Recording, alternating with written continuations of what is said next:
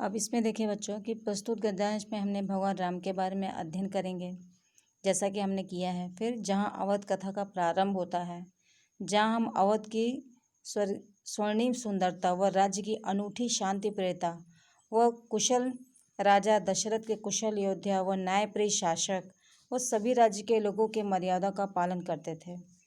अब हम अयोध्या के नए युग में प्रवेश करते हैं और इसमें राम की कथा और उनकी जीवन शिक्षा और राम की कीर्ति और महर्षि विश्वामित्र भी उनकी प्रतिभा से प्रभावित हो जाते हैं। अब जैसा कि मैंने आपको कहा था कि संदर्भ सहित व्याख्या यानी निम्नलिखित गद्यांशों की व्याख्या व प्रश्नों के उत्तर दीजिए। जैसा कि मैंने आपको कहा था, यही रेखांकित अंश की व्याख्या है बच्चों। ये रेखांकित अंश रहते हैं जिसे इसमें दिया है, उसे ऐसा होना ही था। वह कौशल राज्य की राजधानी था। राजा दशरथ वहीं रहते थे। उनके राज में दुख का भला क्या काम। राजा दशरथ कुशल योद्धा और न्यायप्रिय शासक थे। महाराज अज के पुत्र। तो बच्चों इतनी अंडरलाइन हो गई। अब इसमें से ही देखिए आपके प्रश्न बन रहे हैं। प्रश्न पहला है कि उपयुक्त गद्यांशों का संदर्भ लिखिए। दूसरा है रेखांकित अंशों की व्याख्या कीजिए। फिर तीसरा है कि कौशल राज्य की क्या थी। फिर चौथा है राजा दशरथ कैसे शासक थे। और पांचवा क्वेश्चन है राजा दशरथ किसके पुत्र थे। अब इसी में हमारे प्रश्न का उत्तर देखिए छुपा हुआ है। उपयुक्त गद्यांश की संदर्भ से व्याख्या, तो ये संदर्भ से व्याख्या देखिए मैंने आपको यहाँ करवाई है। अब यहाँ पे देखिए कि प्रस्तुत कहानी हमारी पाठ्यपुस्तक बाल राम कथा के अवधपुरी में राम से लिया गया है। इसके लेखक मधुकर उपाध्याय जी हैं। ये आपका प्रश्न का पहला उत्तर है। फिर रेखांकित अंशों की व्याख्या हो गई, तो रेखांकित अंश की व्याख्या देखिए यहाँ की गई है। अब तीसरा क्वेश्चन जो हमारा था वो ये था कि कौशल राज्य की क्या थी। तो यहाँ हमें उत्तर लिखना है कि कौशल राज्य की राजधानी थी। राजा दशरथ कैसे शासक थे, हमारा चौथा प्रश्न था। तो राजा दशरथ कुशल योद्धा और न्यायप्रिय शासक थे। पांचवा था राजा दशरथ किसके पुत्र थे। तो यहाँ बच्चों उसका उत्तर है कि राजा दशरथ महाराज अज के पुत्र थे। तो इसी प्रकार से ये आपको संदर्भ सहित व्याख्याएं ये आएंगी। तो इस हिसाब से आप इसे ध्यान से देख लीजिए। लेसन को अगर आप पढ़ोगे बच्चों तो उत्तर लिखना बहुत आसान होगा, उसमें कहीं कोई दिक्कत नहीं आएगी। इसी के हिसाब से बच्चों यहाँ पे देखिए मैंने आपको जो वर्ड मीनिंग है, तो वर्ड मीनिंग को कैसे तैयार करना है देखिए यहाँ पे दिया गया है। तो वर्ड मीनिंग को अच्छे से देख लीजिएगा, ठीक है। पूरे तो नहीं आते, लेकिन यह है कि इसमें जो ज़रूरी हैं वो आ सकते हैं। तो लेकिन जब आपने इसे पढ़ा होगा तभी आप इसका उत्तर दे पाओगे ना मुझे। अब इसमें जैसे हो गया है कि दर्शनीय क्या होता है, तो देखने योग्य।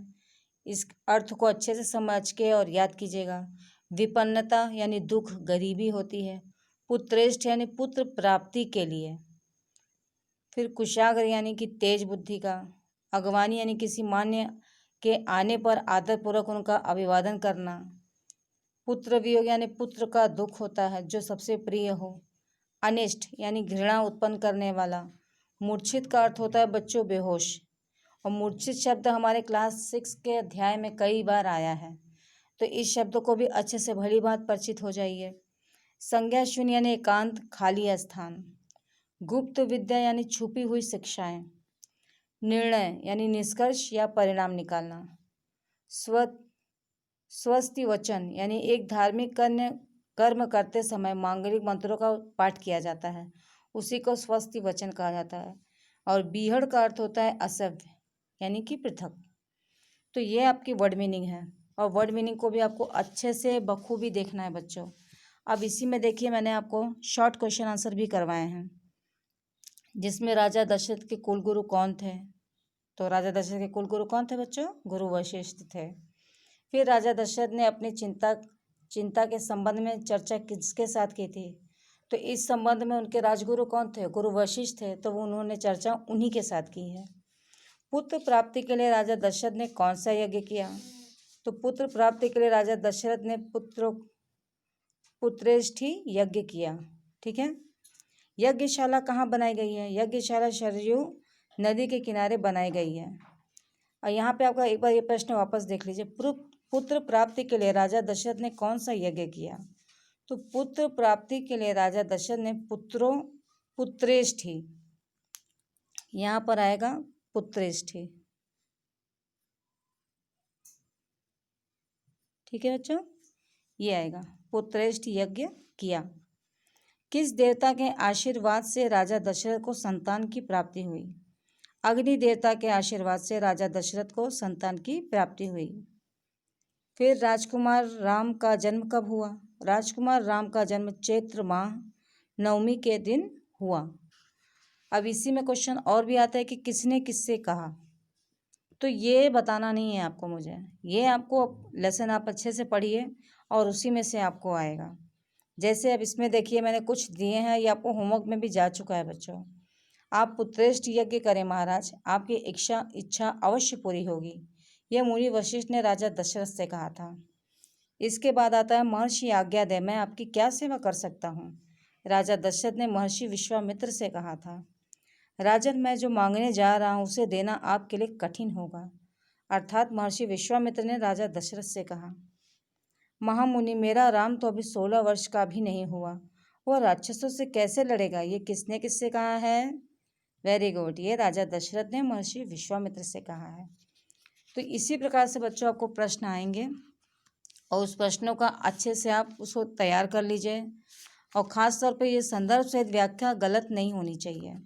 संदर्भ सहित व्याख्या में आपको जो होमवर्क में आया था मैं आपको अभी वो भी दिखा देती हूँ कि जिससे आपको उस तैयारी होगी। और जो भी आपको होमवर्क गए हैं 6 में, अगर आप उसे अच्छे से तैयार करते हो तो आपके क्वेश्चन आंसरिंग बहुत अच्छे से तैयार होंगे और आपका ये लेसन परफेक्टली तैयार हो जाएगा बच्चों। अब इसमें भी देख लीजिए कि आपके संदर्भ से व्याख्या मैंने जो थे वो आपको मैंने भेजी हुई हैं और इसी में से रेखांकित अंश के प्रश्न ये संदर्भ से व्याख्या ज़रूर आएंगे। तो आप इसे अच्छे से तैयार कीजिएगा। जो वर्ड मीनिंग दी गई उसे बढ़िया से तैयार रीड कर लीजिएगा। शॉर्ट कौन सा आंसर ज़्यादा दिक्कत नहीं देते बच्चों। अगर आप अध्याय अच्छे से पढ़ोगे तो आपके लिए करना मुश्किल नहीं है। और क्वेश्चन आंसरिंग मैंने आपको दिए हैं तो आपको उसी एक्सरसाइज से उसको तैयार कर लेना है। तो इस प्रकार से आपका ये आज का रिवीजन कंप्लीट हो रहा है। तो आप इसे अच्छे से देख लीजिए और जो होमवर्क गए हैं उसे ध्यान से देखिए। तो आपका ये रिवीजन कंप्लीट हो गया। ठीक है बच्चों, गुड डे बच्चों।